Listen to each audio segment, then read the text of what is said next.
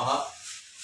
பெருமாள் திவ்ய கிருபா கடாட்சத்தால் நம் ஆன்மீக பெரியோர்களுடைய வழிகாட்டுதலில் பெரியோர் வழி தப்பாமல் முன்னோர் மொழி தப்பாமல் முன்னோர்கள் சொன்ன வழிகள் யான் யஸ்மாகம் சுச்சரித்தானி தானி துவயோபாஸ்யானி என்றபடி பெரியவர்கள் உபதேசித்தபடி இந்த ஸ்ரீ சுத்த ஹோமம் திருவல்லிக்கேணி ஸ்ரீ பார்த்தசாரதி சுவாமி திருவடிவாரத்தில் நடைபெற்றுக் கொண்டிருக்கிறது. மகாலட்சுமி ஆர்திராம் ஜுவலந்தீம் திருப்தாம் தர்ப்பயந்தீம் அப்படின்னு ஆர்திரா ஈர மனசுடையவள், கருணையே மிகுந்தவள், பெருமாளுடைய கருணா ஸ்வரூபிணியாக இருக்கிறாள். தாயாரை முன்னிட்டு பெருமாளை சேவிக்கிறோம். கோவில்ல போனா 8 லட்சுமி இருக்கா. அஷ்டலட்சுமினா நமக்கு தானியலட்சுமி, வீரலட்சுமி, விஜயலட்சுமி, ஐஸ்வர்யலட்சுமி, சந்தானலட்சுமி, ஆதிலட்சுமி, கஜலட்சுமி இப்படிதான் பழக்கம். ஆனா கோவில்ல நித்தியமே எப்படி இருக்காருன்னா திருமார்பு லட்சுமி, ஸ்ரீதேவி, பூமிதேவி, நீலாதேவி, வாசக்கால் மகாலட்சுமி, கஜலட்சுமி, மடப்பள்ளி நாச்சியார், தனிக்கோவில் தாயார், தனிக்கோவில் ஆண்டாள் நாச்சியார்னு 8 லட்சுமி. ஆண்டாளும் லக்ஷ்மி ஸ்வரூபம்தான், பூமி தேவியும் லக்ஷ்மி ஸ்வரூபம்தான். மந்திரி, மகாமந்திரி, பிரதான மந்திரி, உப பிரதான மந்திரி, முக்கியமந்திரி, மாகாண மந்திரி என்றெல்லாம் சொல்லுகிறார் போல பிரதான மந்திரியாக மகாலட்சுமி, சர்வலோகாதிபதியாக பகவான் ராஷ்டிரபதி, ஜனாதிபதி, லோகாதிபதி, ஜெகத்பதி பகவான் லக்ஷ்மிபதி. அந்த பகவான் சர்வலோகத்துக்கும் பிரசிடண்டாக இருக்கிறான். பகவானுக்கு கரணேஷு மந்திரி என்பதாக மகாலட்சுமி தான் பகவானுக்கு மந்திரியாக இருக்கிறாள். இந்தியன் டெமோக்ரஸி போலதான் அங்கு போலதான் இந்தியன் டெமோக்ரஸியும். மந்திரி சொல்வதை அப்படியே ராஜா செய்தாக வேண்டும். எல்லா ராஜ்யங்களிலும் பண்டைய காலத்தில் அந்தந்த ராஜாக்கள் பரஸ்பரம் உதவி கொண்டு எல்லோரும் நல்லது செய்து கொண்டு, எப்படி நாம் பல குடும்பங்கள் ஒரு கிராமத்தில் இருக்காளோ அதுபோல பல ராஜ்யங்கள் தேசம் முழுக்க, பாரத தேசம் முழுக்க அங்கங்கே ஒவ்வொரு ராஜ்யத்திலும் ஒரு மகாராஜா, ஒரு மகாராணி. அந்த ராஜாவும் ராணியும் ராமனுடைய வழியில் வாழ்ந்தவர்கள் பலர். க்ஷத்ரியன் என்பதால் 8 பேரை 4 பேரை கல்யாணம் பண்ணினாலும் அனைவருக்கும் உண்மையாக இருந்து வாழ்ந்தவர்கள் பலர். இப்படியாக சேர்ந்த குடும்பங்கள் எல்லோரும் மதித்து எல்லோருடைய நலனையும் பேணி காத்து, ராஷ்டிரபதி என்றால் அந்த மகாராஜா யாருக்கும் சிரமம் கொடுக்காம வாழ்ந்தவன். மந்திரிகளும் அப்படிதான்.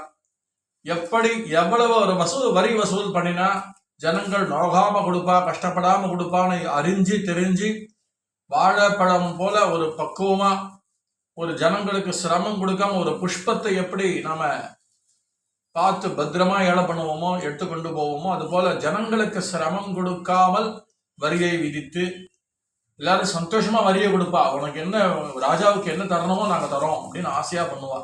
அந்த ராஜாவும் வரிகளை எல்லாம் வசூலித்து அதையெல்லாம் நல்லபடியா பயன்படுத்தி தேசத்தினுடைய மேன்மைக்காகவே பாடுபட்டார்கள் ராஜாக்கள்.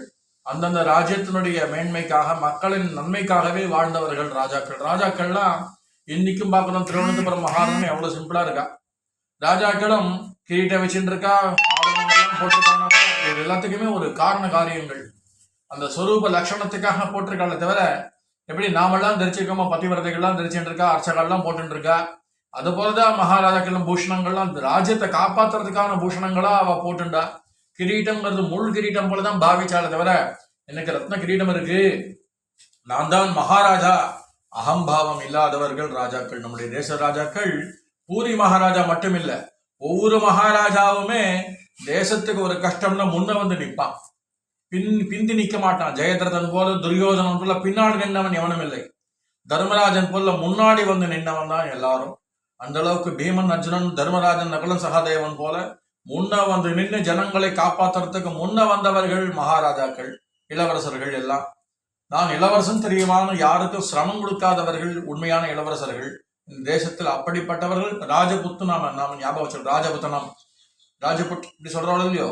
அது போல எவ்வளவோ ஒவ்வொரு ராஜ்யத்திலும் ஒவ்வொரு மாநிலத்திலும் இருந்த ராஜாக்கள்லாம் அவ்வளவு சிரமப்பட்டு எல்லோரும் நல்லது செய்தார்கள். அப்படிப்பட்ட வழியில் நாம் வந்திருக்கிறோம். நடுவில் சில வருஷங்கள் எங்கெங்கென்ன வந்து சேர்ந்தவர்கள் ராஜா ஆண்டனால நமக்கு ராஜாவை பார்த்தா சுயநலமையா தான் இருக்கிறவன் ராஜா நம்ம நினைச்சிட்டு இருக்கோம். இல்லை, பொதுநலம் கருதி வந்தான் ராஜா. பிரம்ம க்ஷத்ரம் பாத்துதா இதம் பிரம்ம க்ஷத்ரம் வேத மந்திரமே. பிராமணனும் க்ஷத்ரியனும் சேர்ந்து லோகத்தை காப்பாற்றணும்னு வேத மந்திரம். நீ நானும் நல்லா இருக்கணும், மற்றவர்களுக்கெல்லாம் என்ன சிரமம் ஏற்பட்டா நமக்கு என்னன்னு யாரும் சொல்லல. பிராமணனும் க்ஷத்ரியனும் சேர்ந்து லோகத்துக்கு நல்லது பண்ணுங்கோ, நல்லா காப்பாற்றுங்கோ எல்லாரையும்னு பிராமணனுக்கும் க்ஷத்ரியனுக்கும் டியூட்டி. அதுதான் எங்களுடைய கடமையாக தேசம் வேதம் விதித்திருக்கிறது. அந்த வகையிலே நாம் எல்லோருக்கும் நன்மை கருதுகிறோம். எல்லோரும் க்ஷேமமா இருக்க வேண்டும். மகாலட்சுமி ஆர்திராம் ஜலந்தீன் திருப்தாம். நாம பண்ற பூஜையில உடனே திருப்தி ஆயிடுறா. அவள் இன்னும் கொஞ்சம் நல்லா பூஜை பண்ணுங்கன்னு சொல்ல மாட்டா. நாம பூஜை பண்றோம் நினைச்சாலே திருப்தி ஆயிடுவாங்கிற போது இன்னைக்கு ஸ்ரீசுக்த ஹோமம் நம்முடைய பத்மஸ்ரீ ஆத்மிக சேவா ஆன்மீக சேவா ஸ்தாபனம் சார்பாக நடக்கிறது. இந்த ஸ்ரீசுக்த ஹோமம் திருவள்ளிக்கண திவ்யதேசத்துல மகாலட்சுமி கட்டாட்சத்தை முன்னிட்டு ஸ்ரீ பாரசாரத சுவாமி, ஸ்ரீ மன்னாத சுவாமி, ஸ்ரீ ரகுநந்தன சுவாமி, ஸ்ரீ வரராஜ சுவாமி, ஸ்ரீ யோக நரசிம்ம சுவாமி திவ்ய அனுகிரகம், ஸ்ரீ வேதவழி தாயார் ஸ்ரீ ஆண்டாளாச்சியார் திவ்ய அனுகிரகத்தினாலே எல்லோரும் க்ஷேமமாக இருக்க வேண்டும். பகவானை பிரார்த்திக்கிறோம். நாராயண நாராயண.